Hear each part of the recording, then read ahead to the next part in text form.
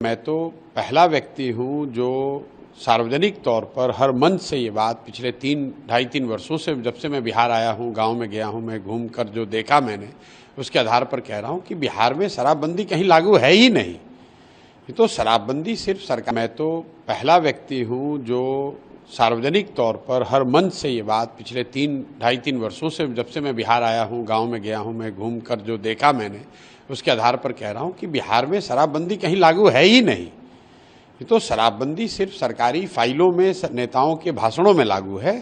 शराबबंदी के नाम पे शराब की दुकानें बंद की गई हैं, घर घर शराब बिक रही है और बहुत घटनाओं का रिपोर्ट भी नहीं हुआ है।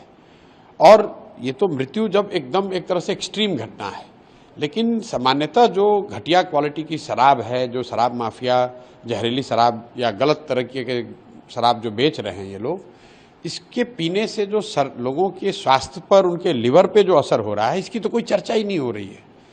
और ये जो घर घर बिकने वाली शराब है, कहीं ना कहीं बिहार के समाज को, बिहार की सरकार को ये समझना होगा कि आप शराबबंदी के नाम पर दुकान बंद किए हुए हैं, हर घर में शराब बिक रही है और जहरीली और गलत शराब बिक रही है।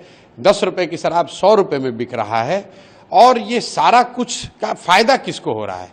फायदा यहाँ के भ्रष्ट अधिकारियों को हो रहा है, यहाँ के भ्रष्ट नेताओं को हो रहा है।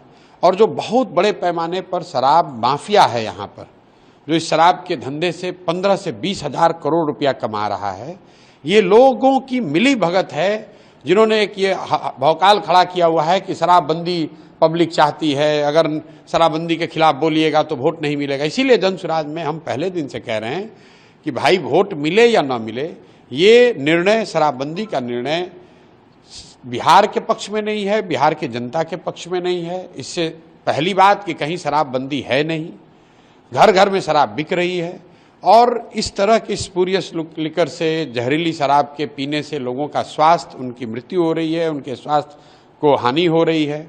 सरकार का बिहार जैसे गरीब राज्य का हर साल 15 से 20 हजार करोड़ का नुकसान हो रहा है और ये पैसा अधिकारी, नेता और शराब माफिया लूट रहे हैं। और इतनी संवेदनहीनता आ गई है कि इतनी मौत की बाद, इतनी दुखद मृत्यु के बाद सरकार की ओर से, सरकार के मुखिया नीतीश कुमार वहां जाएंगे तक नहीं। पिछली बार करीब 70 लोगों की मृत्यु जब छपरा में हुई, इसी जिले में, तो सरकार की ओर से कोई गया भी नहीं। कोई अधिकारी जाएगा, खाना पूर्ति करेंगे, फिर वही बात हो जाएगी। पूर्वी चंपारण में घटना हुई है, कोई बिहार का जिला नहीं है जहां ये घटना नहीं हुई है। बिल्कुल सरकार को पैसे की चिंता नहीं करनी चाहिए। सरकार में जो लोग हैं, जो भ्रष्टाचार से इसके जरिए पैसा कमा रहे हैं, उन पर लगाम लगाने का एक ही तरीका है, इस फर्जी शराबबंदी के कानून को हटाया जाए।